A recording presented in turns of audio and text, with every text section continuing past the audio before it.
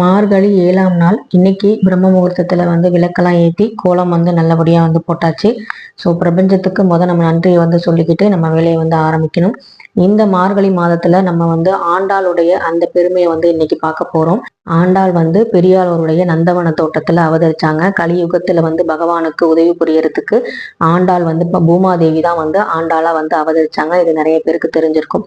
பெரியாழ்வார் ஆண்டாள ஒரு சாதாரண பெண்ணா தான் வளர்த்து வந்தாங்க. அவங்களுக்கு கோதைன்னு சொல்லி பெயர் சுட்டி வளர்த்து வந்தாங்க. ஆனா ஆண்டாள் பாத்தீங்கன்னா தான் பிறப்பு எடுத்ததே பெருமானை அடையறதுக்கு தான் அப்படிங்கிறது தான் அவங்களுடைய எண்ணம். பெருமாளுக்கும் அது தெரியும். ஆனால் பெரியாழ்வாருக்கும் ஆண்டாளுக்கும் அது தெரியாது இல்லையா? அதனால சில திருவிளையாடல்கள்லாம் புரிந்தாரு. அதுக்கப்புறம் பாத்தீங்கன்னா ஆண்டாளுக்கு அவங்க போடுற பெருமாளுக்கு கட்டுற மாலையை எல்லாத்தையும் அவங்க முதல்ல போட்டு கண்ணாடி முன்னாடி அழகு பார்த்து நம்ம பெருமாளுக்கு ஏற்றவளா அப்படின்னு சொல்லி தினமுந்தோறும் பார்ப்பாங்களாம். இதை பார்த்த ஒரு நாள் பெரியாழ்வார் ரொம்ப கோவப்பட்டு திட்டாரு. அதுக்கப்புறம் அந்த மாலை எச்சில் பட்டதுன்னு சொல்லிட்டு வேற புது மாலையா நந்தவனத்துல இருந்து பறிச்சு மாலையா கோர்த்து பெருமாளுக்கு சாத்தினாரு. ஆனா அந்த மாலை பெருமாள் களத்துல நிக்கல, அதை ஏத்துக்கல. அதனால ரொம்ப குழப்பம் அடைஞ்ச பெரியாழ்வார் ரொம்ப சோகமா படுத்துட்டாரு.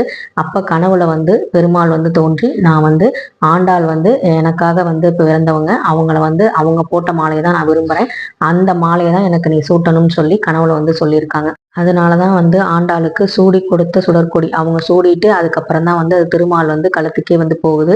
அப்படிப்பட்ட ஒரு அன்பு செஞ்ச ஒரு உண்மையான பக்தி செஞ்ச அந்த ஆண்டாளுக்கு எப்படி பெருமாள் நமக்கு அவங்களுக்கு அந்த ஆட்கொண்டு அவங்கள நல்லபடியா அருள் பாலிச்சாங்களோ, அதே மாதிரி நம்ம இந்த மார்கழி மாதத்துல பண்ற பூஜைகளுக்கும் ஏத்துற விளக்குகளுக்கும் போடுற கோலங்களுக்கும் எப்படியாவது எந்த விதத்திலேயாவது ஒரு பலன் நிச்சயமா கிடைக்கும். அது மட்டும் இல்லாம கடமையை செஞ்சா பலனை எதிர்பார்க்க வேணாம்னு சொல்லுவாங்க.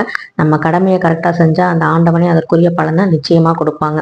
ஸோ அதனால நீங்களும் ஆண்டாள் மாதிரி எதையும் எதிர்பார்க்காம நம்ம எல்லாருமே அந்த பெருமாளுடைய அன்பை மட்டும் பெறுவதற்கு என்ன பண்ணணுமோ அதை பண்ணுவோம். பெருமாளுடைய அன்பு கிடைச்சாலே மற்ற எல்லா தெய்வங்களின் அன்பும் பரிபூர்ணமா கிடைக்கும். மகாலட்சுமி தாயாரோட அன்பும் பரிபூர்ணமா கிடைக்கும். மகாலட்சுமி தாயார் நம்ம வீட்டுக்கு வந்தாலே நம்ம கிட்ட எல்லா செல்வங்களும் நிலைத்து நிற்கும். ஸோ இந்த ஒரு விஷயம் உங்களுக்கு பிடிச்சிருக்கு அப்படின்னா கண்டிப்பா லைக் பண்ணுங்க, ஷேர் பண்ணுங்க, மறக்காம சப்ஸ்கிரைப் பண்ணுங்க. உங்க வேல்யூபிளான கமெண்ட்டை சொல்லுங்க. உங்க கமெண்ட் செக்ஷன்ல ஓம் நமோ நாராயணா அப்படின்னு சொல்லுங்க. நீங்க இன்னைக்கு தீபம் ஏத்துனீங்களா அப்படிங்கிறதையும் சொல்லுங்க.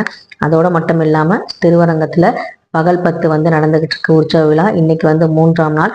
அதனுடைய அலங்காரம் இதுல காட்டியிருக்கேன். கண்டிப்பா மிஸ் பண்ணாம பாருங்க. முதல்ல எழுந்ததும் பிரபஞ்சத்துக்கு நன்றி சொல்லுங்க. நன்றி, வணக்கம்.